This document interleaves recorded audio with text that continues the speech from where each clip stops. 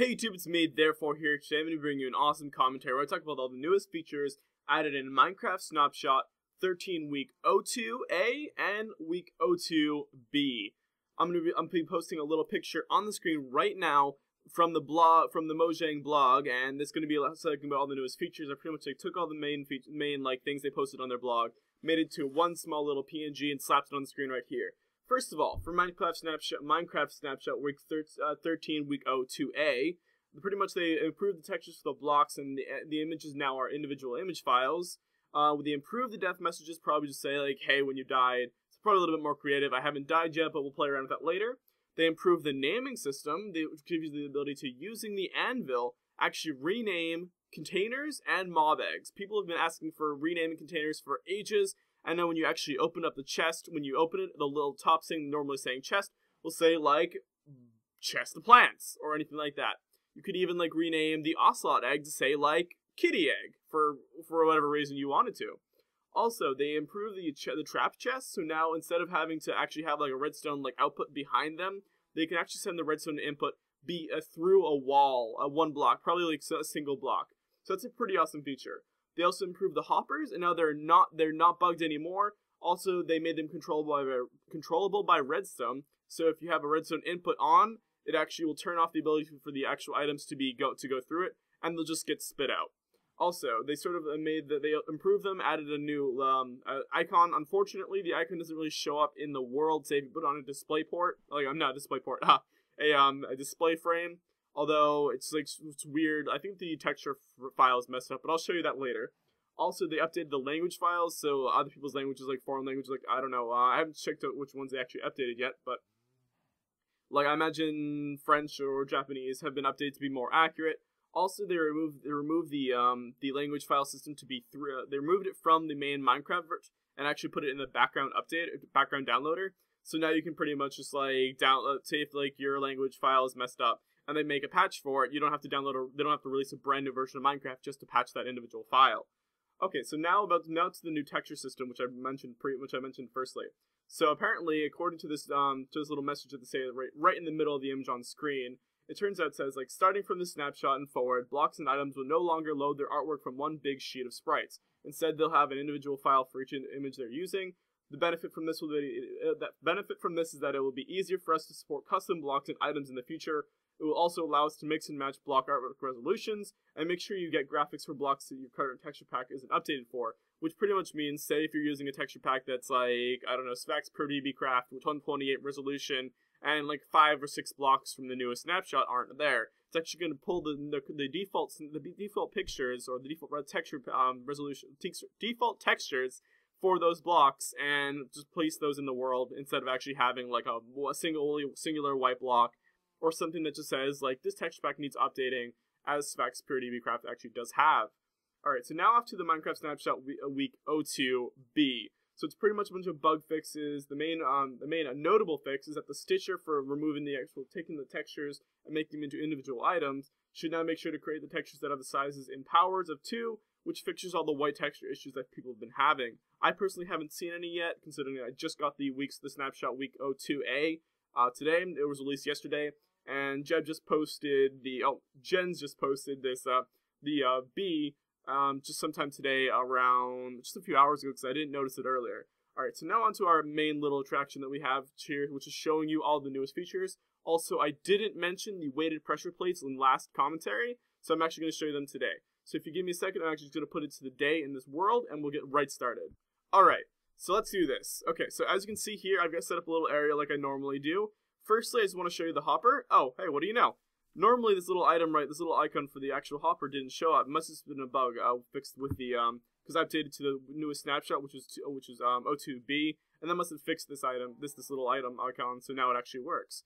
Also, they added a TNT cart, which is pretty awesome. Let me just pull that out. I thought unfortunately, when reloading the game, it just got rid of it. So as you can see, it's pretty much just a standard TNT cart with TNT minecart on with TNT in it, like a furnace or a chest would be. Also, they added something called the activator rail, which is pretty much used to activate TNT on a current rail system. There was a bug in 13 week 02A that actually when the TNT cart would go over this inactive activator rail, it would actually explode immediately or a little bit after, depending on the length of the rail after. Now they fixed that so it doesn't happen anymore, and primarily when you actually have it on and the cart goes over it, it will do the standard like 5-second or 3-second TNT fuse time. Over here we've got the weighted pressure plate, which is heavy. It's the iron one, and then the weighted pressure plate, which is light. The main difference is that the light one, to get maximum actual, like, what do you want to say, maximum, like, signal strength, you actually have to have a single stack of items, or depending on what power you actually need, just anything from one individual item, which is going to transfer only one block, and then 264, which will give you a maximum output. Also, for the weighted pressure plate for heavy, it requires anywhere from 1 to 2 to 3 to 4 stacks to send it a full, like, long amount of distance, which I'll show you later on.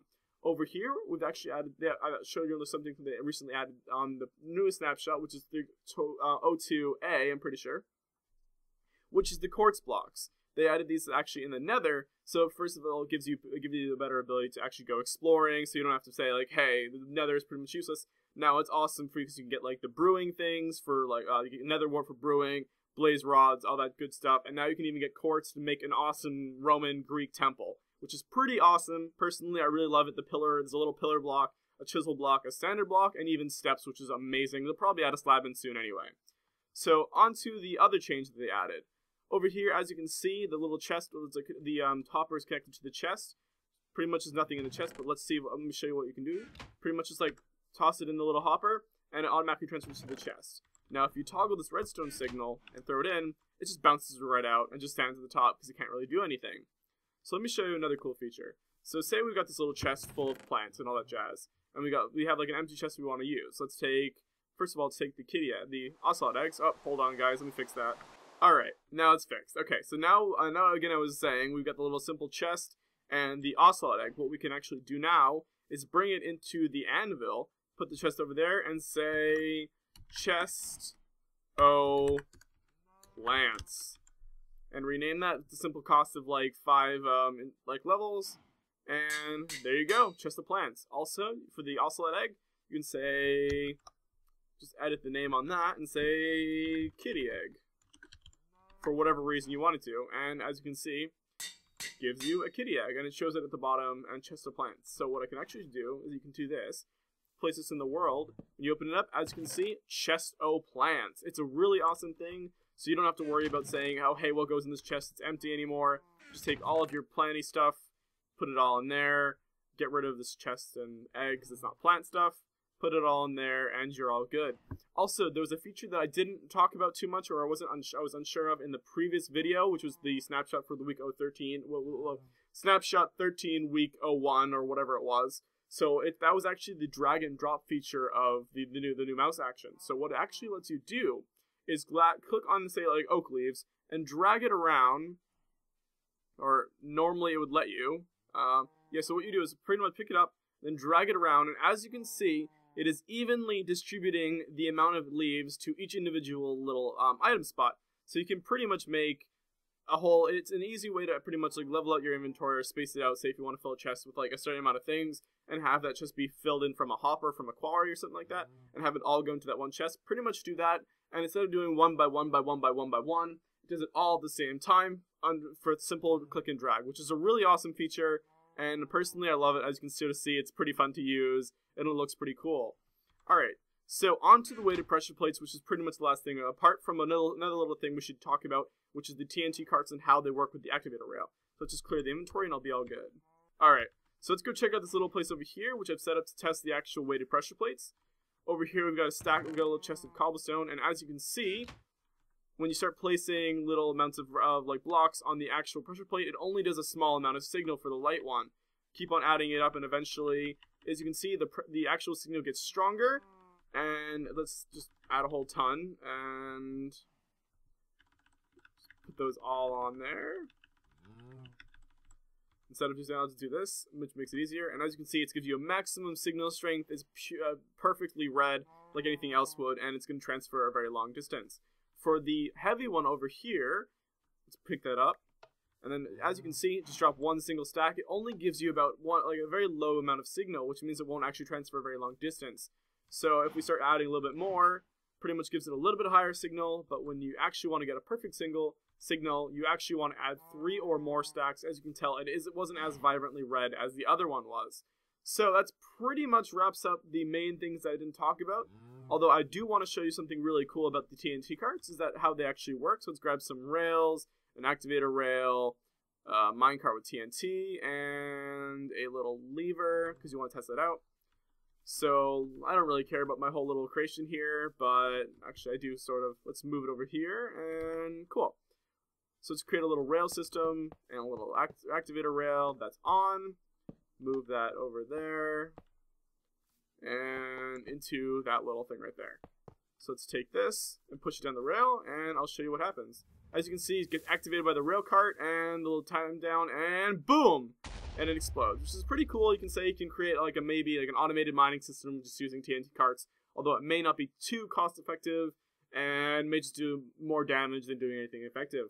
But that's pretty much been all that's been added and fixed during the in the newest Minecraft Snapshots, which is preparing for the Minecraft 1.5 Redstone update.